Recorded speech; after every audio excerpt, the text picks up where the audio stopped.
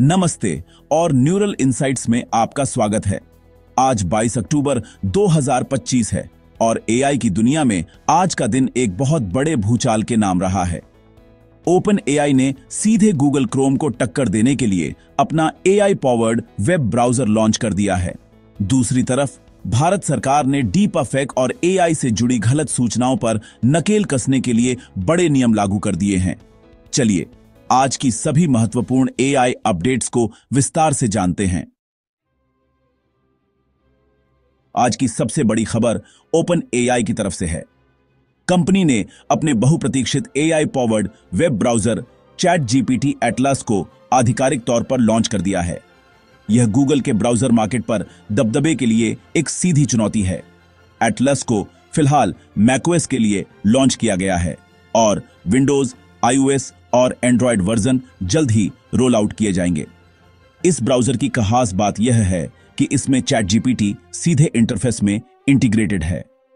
इसमें एक always on side bar है जिससे आप बिना टैब बदले किसी भी वेब पेज को समराइज कर सकते हैं, ईमेल एडिट कर सकते हैं या डेटा का विश्लेषण कर सकते हैं। इसमें एक मेमोरी फीचर भी है जिससे आप कॉन्टेक्स्ट अवेयर सवाल पूछ सकते हैं, जैसे पिछले हफ्ते मैंने जो जॉब लिस्टिंग देखी थी उन्हें समराइज करो। साथ ही यूजर्स को अपनी मेमोरी को डिलीट करने का पूरा कंट्रोल भी दिया गया है।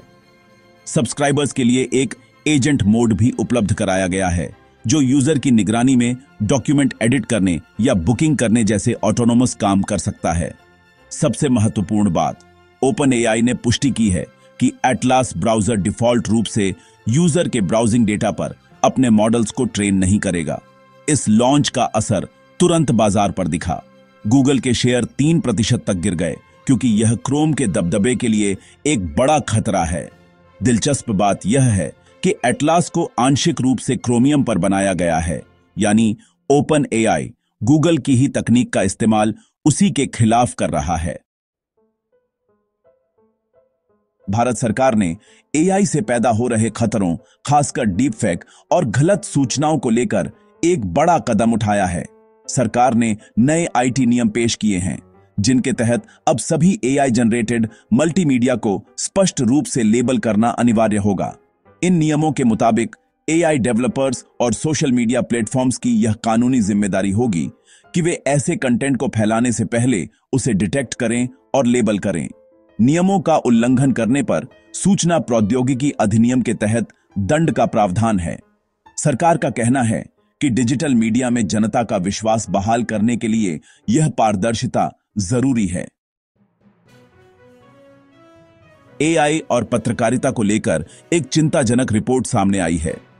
बाय द वे, 22 अंतर्राष्ट्रीय पब्लिक ब्रॉडकास्टर्स द्वारा की गई एक स्टडी से पता चला है कि को-पायलट समेत कई बड़े चैटबॉट लगभग 50% मामलों में खतरों को गलत तरीके से पेश करते हैं या तोड़ मरोड़ कर बताते हैं। यह स्टडी एआई के सूचना प्रसार में इस्तेमाल को लेकर गंभीर नैतिक सवाल खड़े करती है। एआई का असर अब व्हाइट कॉलर जॉब्स पर साफ दिखने लगा है। गोल्डमैन सैक्स और स्टैनफोर्ड की एक रिपोर्ट के मुताबिक अमेरिका की 6 से 7% नौकरियां पहले ही जनरेटिव एआई ऑटोमेशन के खतरे में हैं। सेल्सफोर्स, क्लार्ना और जेपी मॉर्गन जैसी बड़ी कंपनियां सार्वजनिक रूप से अपनी हायरिंग कम कर रही हैं क्योंकि एआई अब कई रूटीन कामों को संभाल रहा है। हालांकि दूसरी तरफ एआई स्टार्टअप्स की वैल्यूएशन आसमान छू रही है।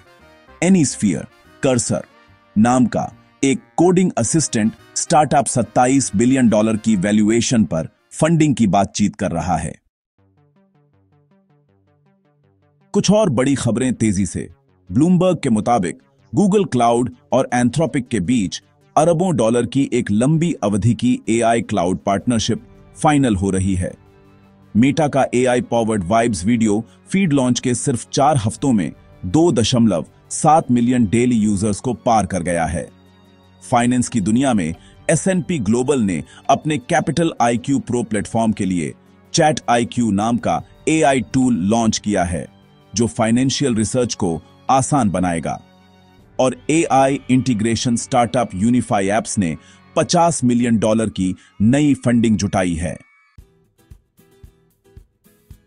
तो ये थी आज की एआई की दुनिया की सबसे बड़ी खबरें। ओपन एआई का ब्राउजर वॉर में उतरना और भारत सरकार का डीप फेक पर सख्त होना, ये दोनों ही इवेंट्स एआई के भविष्य को दिशा देंगे। देखने के लिए धन्यवाद। अगर आपको यह अपडेट पसंद आया हो तो वीडियो को लाइक करें, शेयर करें और न्यूरल इनसाइट्स को सब्सक्राइब करना न भूलें।